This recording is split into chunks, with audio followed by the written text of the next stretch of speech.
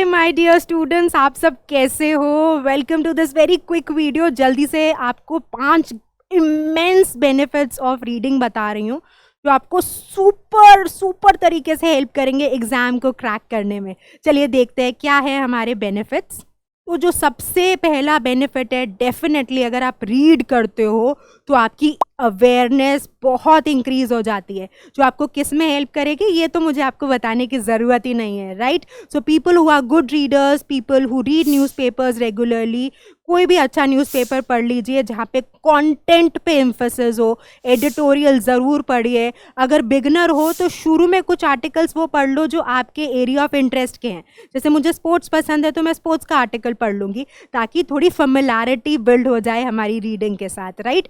और ग्रेजुअली अपनी रीडिंग को बहुत ही स्ट्रॉन्ग कर लीजिए, स्पेशली ऑफ न्यूज़पेपर्स, और जितना भी रीड कर सकते हैं, because it helps you build awareness and that helps you in your CLAT exam, right?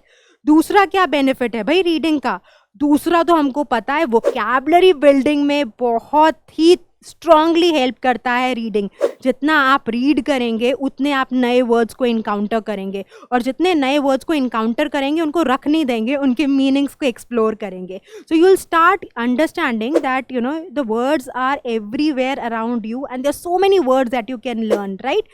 And if you are consistent in your efforts, you will see a very strong improvement in your vocabulary base, right?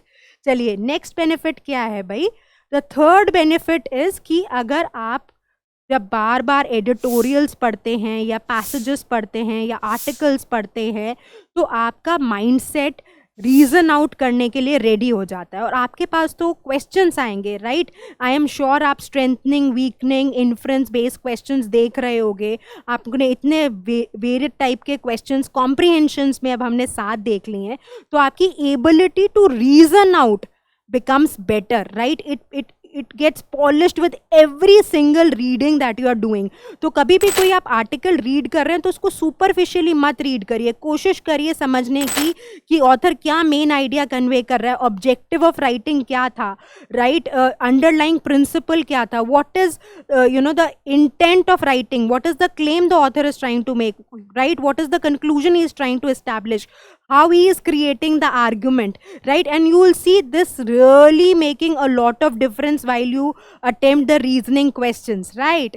अब कैसे और help करता है भाई? हमें तो क्या करना है, हमें तो पैसेज के बेसिस पे आंसर्स तक पहुंचना है। अब वो पैसेजेस हमें क्लैट के ऑलमोस्ट हर सेक्शन में दिख रहे हैं, राइट? मैथ्स को छोड़ दीजिए और जीके को छोड़ दीजिए। तो हमारे लिए बहुत ही इंपॉर्टेंट है कि हमारी जो इंटरप्रिटेशन ऑफ इंफॉर्मेशन है वो बहुत स्ट्रांग हो, और जितनी रीडिंग करेंगे आप उतना आपकी अंडरस्टैंडिंग बेटर बिल्ड होगी, राइट? उतना आपकी क्लैरिटी बिल्ड होगी और आपको डेफिनेटली एज मिलेगा in these sections. And of course, it definitely helps you have a great personality, right?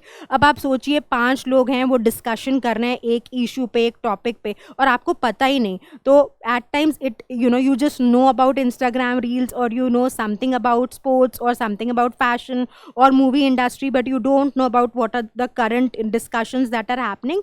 So that leaves us in a very awkward position. So हम जहाँ भी जाएं, right, later you will be in top NLUs, right, where you'll be meeting and interacting with great minds, intelligent minds. So you need to have good concept clarity, good understanding of the situations that are happening around you, right? So that sort of edge reading definitely provides. अब आपने इतने सारे benefits सीख ही लिए हैं, आपको पता चल गए हैं रीडिंग के, तो आपको करना क्या है? रीड करना है, right? So keep reading, keep working hard, stay consistent, all the best.